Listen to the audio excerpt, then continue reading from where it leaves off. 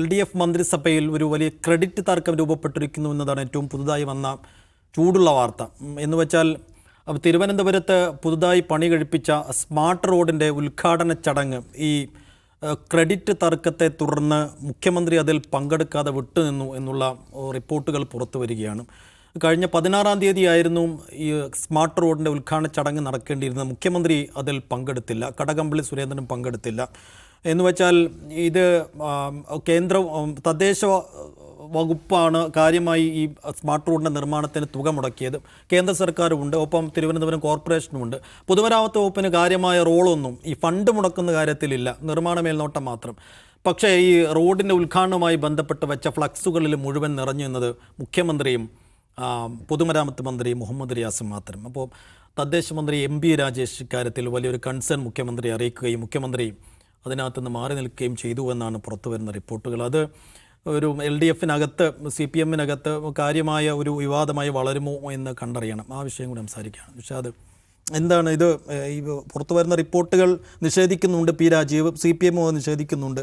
പക്ഷേ അങ്ങനെ ഒരു തർക്കം രൂപപ്പെടാനുള്ള സാധ്യത എത്രത്തോളം ഉണ്ട്?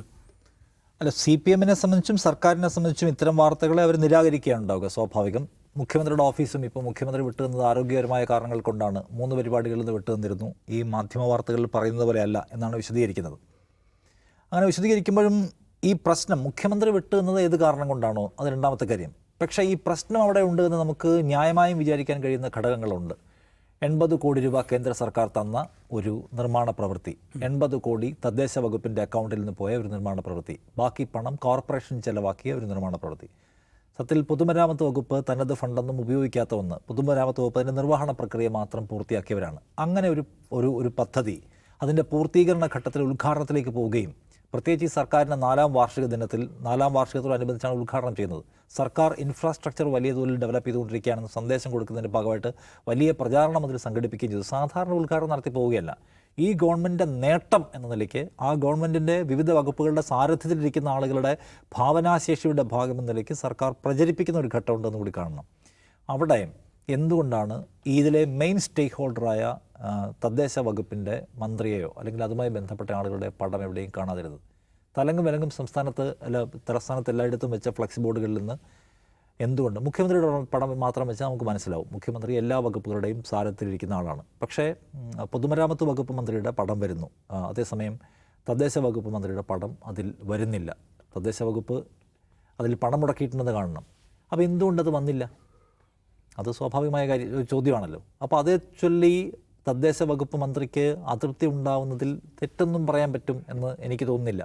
അദ്ദേഹം ആ തെറ്റ് മുഖ്യമന്ത്രിയെ അറിയിച്ചുവെന്നും മുഖ്യമന്ത്രി ആ തർക്കത്തിനകത്ത് താൻ കക്ഷി ചേരുന്നില്ല എന്ന മട്ടിൽ വിട്ടുവെന്നാണ് നമ്മൾ മനസ്സിലാക്കുന്ന കാര്യം. സർക്കാർ നിഷേധിക്കുകയാണ്. സർക്കാർ നിഷേധിച്ചാലും എന്തുകൊണ്ടാണ് തദ്ദേശ വകുപ്പിന് മെയിൻ സ്റ്റേക്ക് ഹോൾഡർ ആയിട്ടുള്ള ഒരു സംഗതിക്കകത്ത് അവരുടെ പടം വരാത്തത്, അല്ലെങ്കിൽ അവർ ആ പ്രചാരണത്തിൻ്റെ ഭാഗമാകാത്തത്? ഇത് തദ്ദേശ വകുപ്പിൻ്റെ കൂടി നേട്ടമാണ് എന്ന കാര്യം എന്തുകൊണ്ടാണ് പറയാത്തത്? ആ വകുപ്പിന് അവകാശപ്പെട്ട ഒന്നാണല്ലോ. അപ്പോൾ ആ നിലയ്ക്ക് ഒരു സുഖകരമല്ലാത്ത ക്രെഡിറ്റ് എടുക്കൽ അതിനകത്ത് ഉണ്ടായിട്ടുണ്ട് എങ്കിൽ അത് പരിശോധിക്കപ്പെടേണ്ടതാണല്ലോ. അത് അങ്ങനെയല്ല. ഒരു സർക്കാരിൻ്റെ കൂട്ടായ നേട്ടത്തിൻ്റെ ഭാഗമാണ്, വിവിധ വകുപ്പുകളുടെ സംയോജിത പദ്ധതിയാണെങ്കിൽ അത് ആ നിലയ്ക്ക് തന്നെ അവതരിപ്പിക്കാനും ആ നിലയ്ക്ക് എല്ലാവർക്കും അതിൻ്റെ ക്രെഡിറ്റ് കൊടുക്കാനും കഴിയുന്ന ഒരു വിശാല സമീപനമല്ലേ എടുക്കേണ്ടത്. അതുണ്ടായിട്ടില്ല എന്ന സംശയം അവിടെ നിൽക്കുകയാണ്. അത് വിശദീകരിക്കപ്പെടേണ്ടതുണ്ട്. മുഖ്യമന്ത്രി വരാത്തതിനെക്കുറിച്ച് മുഖ്യമന്ത്രി വിശദീകരിച്ചല്ലോ. എന്തുകൊണ്ടാണ് തദ്ദേശ വകുപ്പിന് പൈസ മുടക്കിയ റോഡ് അതിൻ്റെ ഉദ്ഘാടനത്തിന് MB രാജേഷ് ഇല്ലാത്തത്? എന്തുകൊണ്ടാണ് MB രാജേഷിൻ്റെ പടം ഇല്ലാത്തത്? അത് മുഹമ്മദ് റിയാസ് അല്ലെങ്കിൽ ആ റിയാസോ അദ്ദേഹത്തിൻ്റെ വകുപ്പുമായി ബന്ധപ്പെട്ടവർ വിശദീകരിച്ച ശേഷം ബാക്കി പറയാമെന്ന് ഞാൻ വിചാരിക്കും. അജിംസ്, ഈ പ്രതിപക്ഷം ആരോപിക്കുന്നത് പോലെ ഭരണരംഗത്തോ മുഖ്യമന്ത്രിയുടെ ഓഫീസിലോ മുഖ്യമന്ത്രിയുടെ വീട്ടിലോ ഒക്കെയുള്ള മന്ത്രി മുഹമ്മദ് റിയാസിനുള്ള ഈ സ്വാതന്ത്ര്യമോ അധികാരമോ ഒക്കെ ഉപയോഗിച്ച് ഒരു ഓവർ സ്മാർട്ട് കളി റിയാസ് കളിക്കുന്നുണ്ട് എന്ന് തോന്നുന്നുണ്ടോ? അല്ല, മന്ത്രി റിയാസ് പൊതുമരാമത്ത് വകുപ്പ് മന്ത്രിയായ സമയത്ത് അദ്ദേഹം നേരിടുന്ന ഏറ്റവും വലിയ വെല്ലുവിളി അദ്ദേഹത്തിൻ്റെ മുൻഗാമിയോട് അദ്ദേഹത്തിന് കോമ്പീറ്റ് ചെയ്യുക എന്നുള്ളതായിരുന്നു. അദ്ദേഹത്തിന് മുൻഗാമി G സുധാകരനാണ്. ഒരുപക്ഷെ കേരളം കണ്ട ഏറ്റവും മികച്ച PWD മിനിസ്റ്ററായിരുന്നു G സുധാകരൻ. അപ്പോൾ സ്വാഭാവികമായിട്ടും സുധാകരൻ്റെ ഒരു രാഷ്ട്രീയ അനുഭവ സമ്പത്ത്, അദ്ദേഹത്തിൻ്റെ ഒരു അഴിമതി വിരുദ്ധ പ്രതിച്ഛായ, അതിനോട് കോമ്പീറ്റ് ചെയ്യുക എന്ന് പറഞ്ഞാൽ റിയാസിനെ പോലെ ഒരു തുടക്കക്കാരനെ സംബന്ധിച്ച് അസാധ്യമായ കാര്യമായിരുന്നു അത്. പക്ഷേ അതിനെ റിയാസ് മറികടന്നത് കുറേ കൂടി പബ്ലിക് ഔട്ട്റീച്ച് നടത്തുകയാണ്. അദ്ദേഹം PWDയുടെ ഗസ്റ്റ് ഹൗസുകൾ സന്ദർശിക്കുന്നു, ജീവനക്കാരെ ശാസിക്കുന്നു. അഴിമതി ആരോപണ വിധേയരായ ഉദ്യോഗസ്ഥർക്കെതിരെ കർശന നടപടി സ്വീകരിക്കുന്നു. അത് പലതും റീൽസായിട്ട് സാമൂഹ്യ മാധ്യമങ്ങളിൽ വരുന്നു. അപ്പോൾ തൻ്റെ ഒരു പബ്ലിക് ഔട്ട്റീച്ച്, തൻ്റെ ഒരു പബ്ലിക് ഇമേജ് വർദ്ധിപ്പിക്കാൻ ബോധപൂർവം ശ്രമിക്കുന്ന ഒരു മന്ത്രി തന്നെയായിരുന്നു റിയാസ്. അതിൽ ഒരു പരിധിവരെ അദ്ദേഹം വിജയിച്ചിട്ടുണ്ട്.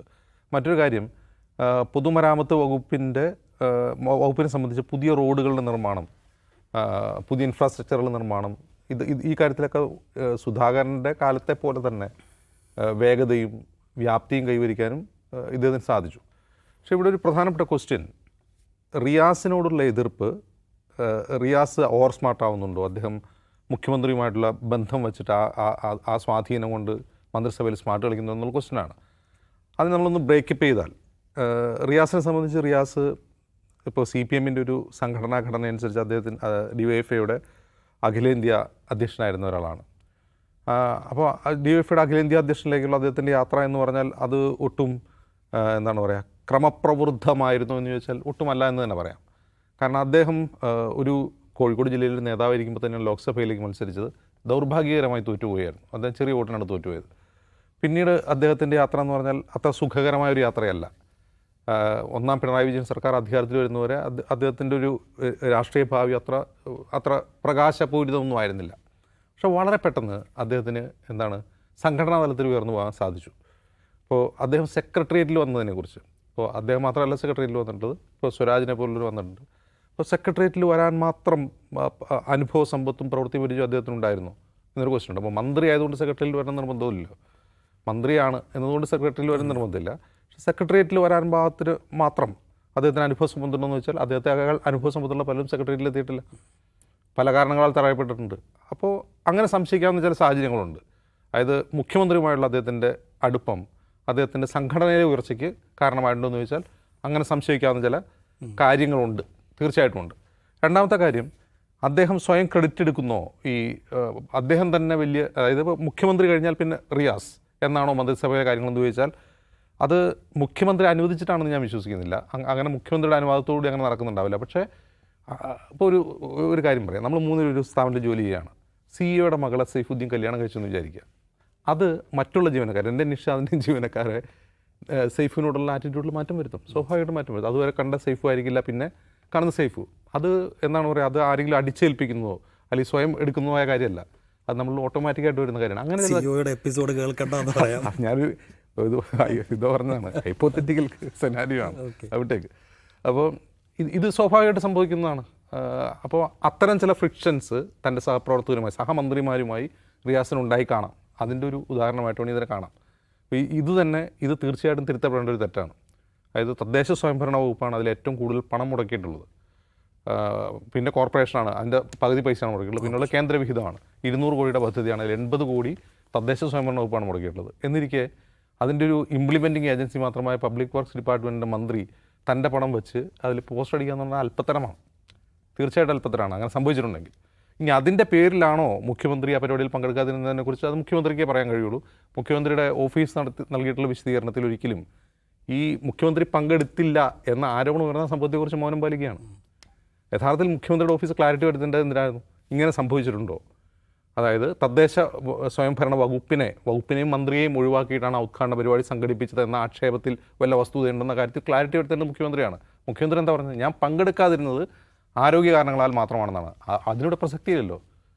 മുഖ്യമന്ത്രി ആരോഗ്യ കാരണങ്ങളാൽ അന്ന് 3 പരിപാടികൾ, ഉച്ചയ്ക്ക് ശേഷമുള്ള 3 പരിപാടികൾ റദ്ദാക്കിയെന്നാണ് വാർത്താക്കുറിപ്പിലുള്ളത്. എങ്കിൽ അത് അദ്ദേഹം ആരോഗ്യ കാരണങ്ങളാലാണോ ഈ പ്രശ്നത്തിലാണോ എന്നുള്ളതല്ല അതിലെ യഥാർത്ഥത്തിലെ കോർ പോയിന്റ്. അദ്ദേഹം പങ്കെടുക്കാതിരുന്നതല്ല കോർ പോയിന്റ്. പണം ആരുടെ എന്ന ചോദ്യത്തിനാണ് മുഖ്യമന്ത്രി മറുപടി പറയേണ്ടത്. മുഖ്യമന്ത്രിക്കാണ് അത് മറുപടി പറയാൻ കഴിയുക. ഈ പരിപാടി PWD വകുപ്പിൻ്റേതാണോ അതല്ല തദ്ദേശ വകുപ്പാണ് അത് ഹോസ്റ്റ് ചെയ്യേണ്ടിയിരുന്നത് ആ ഉദ്ഘാടനം? ആ ചോദ്യത്തിന് മറുപടി പറയേണ്ടത് മുഖ്യമന്ത്രിയുടെ ഓഫീസാണ്. മുഖ്യമന്ത്രിയുടെ ഓഫീസ് ആ കാര്യത്തിൽ മൗനം പാലിക്കണം. അതിനർത്ഥം എന്താണ്? അതിലൊരു പ്രശ്നമുണ്ട് എന്നുള്ളതാണ് ആരോപണത്തിൽ. അത് ഉണ്ടെന്നോ അങ്ങനെ ഒരു പ്രശ്നം MP രാജേഷ് മുഖ്യമന്ത്രിയുടെ അടുത്ത് ഉന്നയിച്ചോ ഇല്ലേ എന്നുള്ള കാര്യത്തിൽ ഈ മുഖ്യമന്ത്രിയുടെ ഓഫീസിലുള്ള വാർത്താക്കുറിപ്പ് മൗനം പാലിക്കുകയാണ്. അപ്പോൾ അതിന് അർത്ഥമാക്കുന്നത് എന്താണ്? അവിടെ റിയാസ് സ്മാർട്ട് കളിച്ചു എന്ന് തന്നെയാണ്. അത് തിരുത്തപ്പെടേണ്ട കാര്യമാണ്. പ്രത്യേകിച്ചും മുഖ്യമന്ത്രിയുമായി കുടുംബപരമായ അടുപ്പമുള്ള ഒരാൾ എന്ന നിലയിൽ സ്വയം റെസ്ട്രിക്റ്റ് ചെയ്യേണ്ട ഒരു ബാധ്യത കൂടി റിയാസിനുണ്ടെന്നാണ് ഞാൻ കരുതുന്നത്. ഇതിനകത്തൊരു കാര്യം ഓർക്കേണ്ടത്, ഈ റോഡുകൾ മുഴുവൻ മോശമായി കിടക്കുമ്പോൾ ഇതിൻ്റെ മുഴുവൻ പഴി കേൾക്കുന്നത് തദ്ദേശ സ്ഥാപനങ്ങളും കോർപ്പറേഷനും ഒക്കെ ആയിരുന്നു എന്നത് ഓർക്കണം. ശരിയായപ്പോൾ വളരെ പെട്ടെന്ന് പൊതുമരാമത്ത് വകുപ്പ് ഫ്ലെക്സുകൾ നിറഞ്ഞു നിൽക്കുന്ന കാര്യമുണ്ട്. അതാണ് ഞാൻ പറഞ്ഞത്.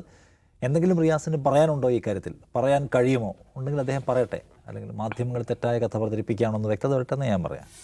ശരി, ഏതായാലും മന്ത്രി മുഹമ്മദ് റിയാസിൻ്റെ പ്രതികരണത്തിന് വേണ്ടിയാണ് കേരളം കാത്തിരിക്കുന്നത് ഈ കാര്യങ്ങളിലൊക്കെ.